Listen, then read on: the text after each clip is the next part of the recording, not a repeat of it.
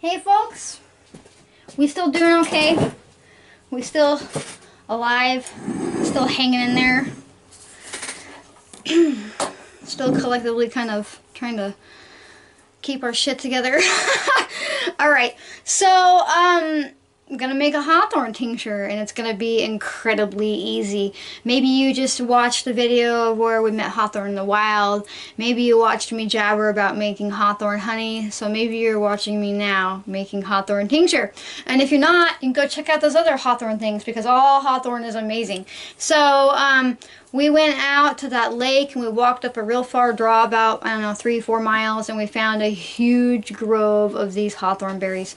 And so I've got another bag to process here. This one I'm going to make into, well actually I'm not going to do just a tincture, I'm going to be doing an elixir, but it's potato really. So you can pretend like this is me making a tincture too. So basically all you're going to need is a jar that you can fill up pretty much all the way with your berries. You're going to need some honey, and you're gonna need some 100-proof vodka, okay? So now I'm just gonna fill my jar up with these Hawthorn berries. I took a break in between the last videos, and I damn well know that I should have went and got a funnel. Because I was like, oh, I should have had a funnel. Because, you know, these little berries go everywhere, but I just didn't even think about it. You always think about it like when it's too late, you know? So we're just gonna try not to make a huge mess here. Oh, losing berries. And we're just gonna fill this jar up with our Hawthorn berries. That one came right at you.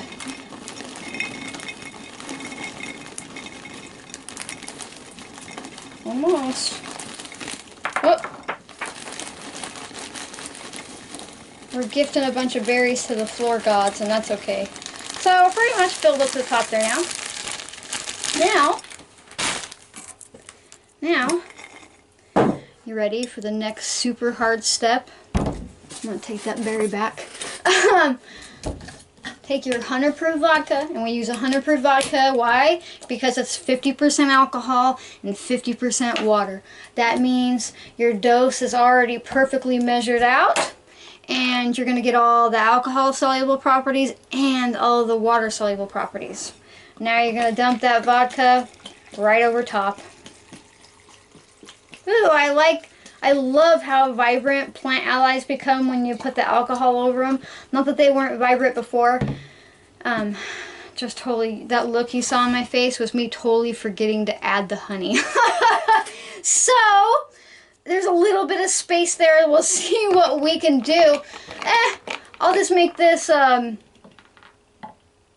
Hawthorn tincture video, and then the next one will be an elixir video. Okay, and that's it. That's it.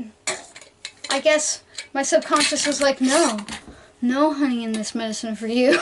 So fresh Hawthorn berries in a jar. Now it's best if you wait until these berries got kissed by frost, or if you live somewhere where it never really frosts, wait for a prolonged period of cold, meaning like if it just started getting cold, give it a week or so. Don't be afraid when these berries go wrinkly, because at that point in time they are more medicinal than when they are all like perfect looking. Because the cold makes these berries shoot up in riboflavin content, which is like vitamin C, B, all these different things. Flavonoids, things like that. All kinds of good stuff happens when they get hit by the cold. The same thing applies to rose hips, folks. So be patient and wait till the cold to pick these fall medicines, and your medicine will end up so much more potent, especially if you are making teas or jams or jellies or what have you. They're going to be way more medicinal than if you pick these prior to frost. There are some people that argue that haws in particular, which are like rose hips and Hawthorn berries, which are just in the haw family, they make haws. Like this little guy right here, let me grab one. This is a haw. A haw. No, like an H-A-W, like a haw. And there are some people that say that they're almost not even medicinal before the cold hits them. Because basically what happens is that the tree goes, oh my god, it's almost time to like sleep.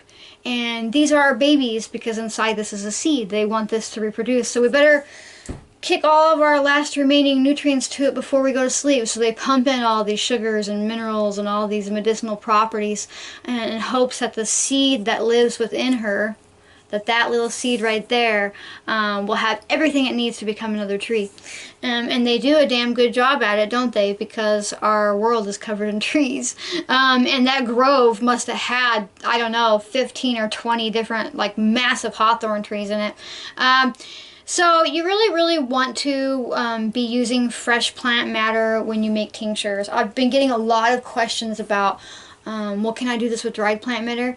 You can. It's just not going to be effective, and it's going to be more in the pharmaceutical range. So in a lot of ways, if you use dried plant matter, you will have a stronger tincture, but in that regard you are also more likely to have a reaction.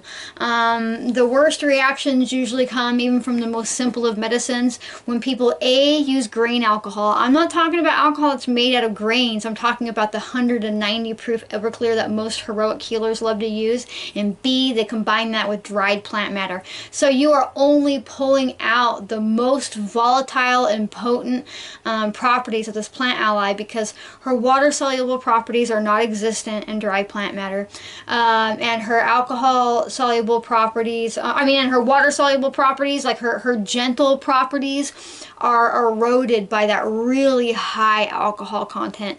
That stuff is so poisonous, the grain alcohol, the 190 plus proof, that it's illegal in most states. So if you just go get yourself some 100 proof vodka, which is food grade, you have your water soluble properties and your alcohol soluble properties, and you don't have to do any math. Isn't it so funny? People go out and they buy this really, really high proof alcohol, and they're like, it's a 1 to this ratio and that ratio. Once you decant it and strain it, you have to add this water, add this, make it so it's safe to ingest. And they're just trying to get to 50-50. And I'm like, people, quit trying to make things so much harder on yourself. I don't know if you're doing it because that's the way you've been taught, or that doing things complicated makes you feel superior, or you're trying to keep, or you don't like the having to be patient, because with a grain alcohol tincture, people are decanting these tinctures in a week time frame, because anything after that it starts to degrade all medicinal value. But with and I'm on a rant here, I know I am, but with 100 proof vodka, you wait 6 to 8 weeks, so you have to be patient. I like to call this true plant medicine. It's slow plant medicine. It's connecting. It's starting to pay attention to the seasons instead of instant gratification, where you can order a dried herb at any point in time, throw it in a jar, throw some really dangerous alcohol over it, and in a week you're like, aha, I have made land-based medicine. I'm like, no, not really. Going out there and finding these safe, simple plant allies in their fresh state and the season they exist in, and then knowing you're going to have to wait 6 to 8 weeks, you start to get into this rhythm with the land. You start to wake back up to it. You start to pay attention. You start to notice these seasons, and your body really falls into sync with these seasons. But anyhow, I could just rant all day. But it is just as easy as putting these fresh berries into a jar and pouring 100 proof vodka over them, waiting for 6 to 8 weeks, straining it and using it as often as you like with the Hawthorn anyhow. I don't like to give a whole lot of dosage information on these videos because I want you to be curious about these plant allies. I want to give you information. I don't want to hold anything back, but I also want you to be curious enough to be like, I want to learn more, and actively go out and seek this information on your own, because I believe that when people are curious, that they retain this knowledge better, because it's not just being spoon-fed to them. You actually have a desire to find it, learn it, know it, pass it on. And all this information is out there for free, so don't ever let anybody tell you that you have to pay thousands of dollars to learn this, when we live in an era of free information. So what's Hawthorn good for, woman? Damn! Damn, I get on some rants, I know I do. Hawthorn, look at her color. I like to think that plants kind of tell us. They give us kind of a signal of what they're good for. She is really a deep heart-colored red, isn't she? And that's because she is an amazing heart medicine. She is great for all things heart health. If you've got heart disease, if you've got, you know, that runs in your family, if you're in the risk factor, if you've got palpitations, if you've got high blood pressure, even cholesterol, she is amazing for that. If you have a broken heart, she's pretty good at helping with grief. She's pretty good for anything and everything heart related. And just about every single study and every single thing you will read will tell you that she is perfectly safe to take alongside heart medication. And in a lot of instances, people were able to stop taking heart medication altogether, or at least lessen their dose of this medication they're having to take. So Hawthorn is just amazing. She's an amazing plant ally. She's in the apple family. You literally can't hurt yourself with Hawthorn. You could maybe eat so much that you get a tummy ache. But we could do that with apples too, couldn't we? And that's what's really cool when we stay in these safe, simple, almost food-based herbalism realms. You're really hard-pressed to hurt yourself because we're not working with poisons. I saw somebody the other day that I was kind of in an argument with. They came into my space and started kind of just like yelling at me about, well, you should be doing this my way. And I'm like, whatever, person. You know, I'm not coming into your space and doing that. But they were like, the poison is the medicine. It's just the amount of it that you take. And I'm like, that right there is what heroic healing is, where you believe that that the best medicine is the one that gives you a reaction. Like that, these people equate a reaction with healing. It's just a chemical difference being made in your body. But when you work with these safe, simple, whole, like almost nutrition-based plants, definitely nutrition-based plants when it's not in tincture form, because tinctures don't give you a whole lot of nutrition, what they are actually doing is going into your body and they're not altering anything.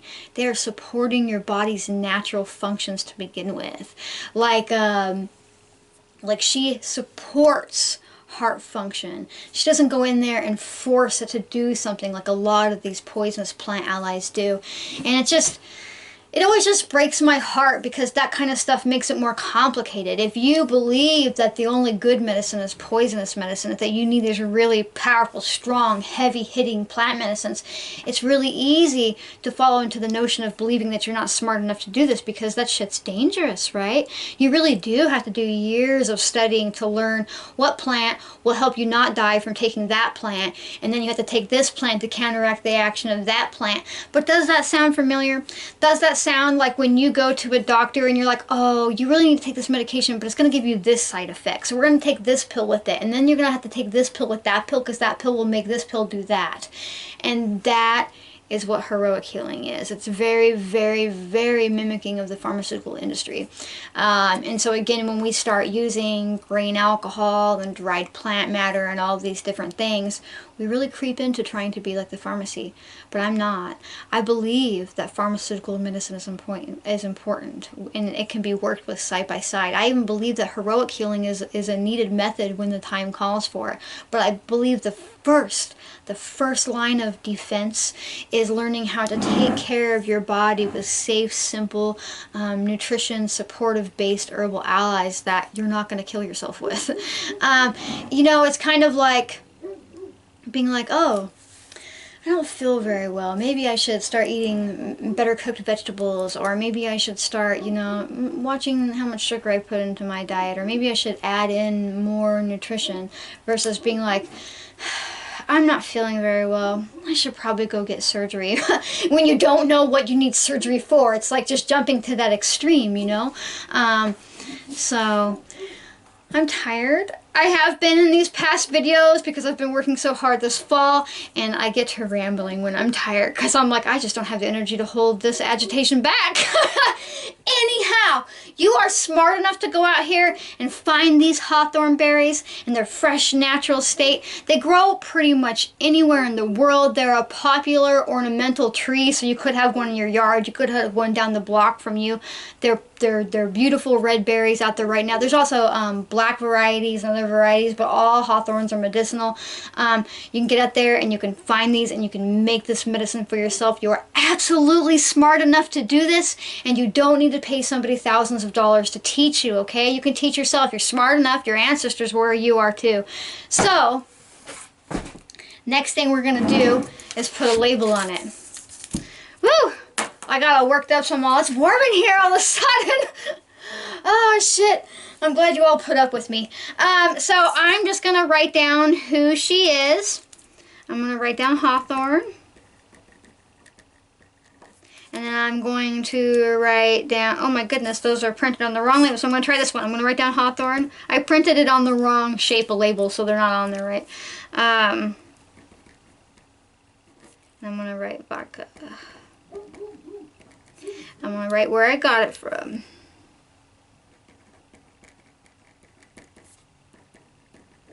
Okay, now these are important. Oh, the date. The date's important too. It is 10/5/18. These are important. You don't have to be as complicated as these ones I create. You can just use a piece of duct tape, masking tape, whatever is going to stick to the jar. I don't like using Sharpies on the lids because sometimes this alcohol weeps out of the jar. And when that happens, alcohol will take off Sharpie in a heartbeat from a metal surface. So I like using these labels. Now I'm just going to sit this in a cool, dark place for 6 to 8 weeks, and I'm going to strain it off and use it as needed. And you can even say, you're like, oh, it's 4 weeks, but I'd really like some of that hawthorn. You can come in here and pull off without taking these berries. You can do that forever. You never have to strain this. It will never go bad. It won't sit so long that it'll get too strong. It won't sit so long that you can't use it. It will just exist here for you because alcohol never goes bad so long as you have this lid tight so it can't evaporate off. You can come in here and shake it once a week if you want. Honestly, I've done a lot of experiments over the year and I see literally no quality difference between a shaken tincture and a non-shaken tincture. They literally are the same. This alcohol knows what it's doing. Shaking it doesn't wake it up to like do its job better. I mean, I guess you get things moving around, but really it's fully submerged. It's going to extract no matter what. But you can shake it once a week if you want. It's not going to hurt anything. So that's that. That's a hawthorn tincture, and that's me rambling about a bunch of stuff that's not related to a hawthorn tincture.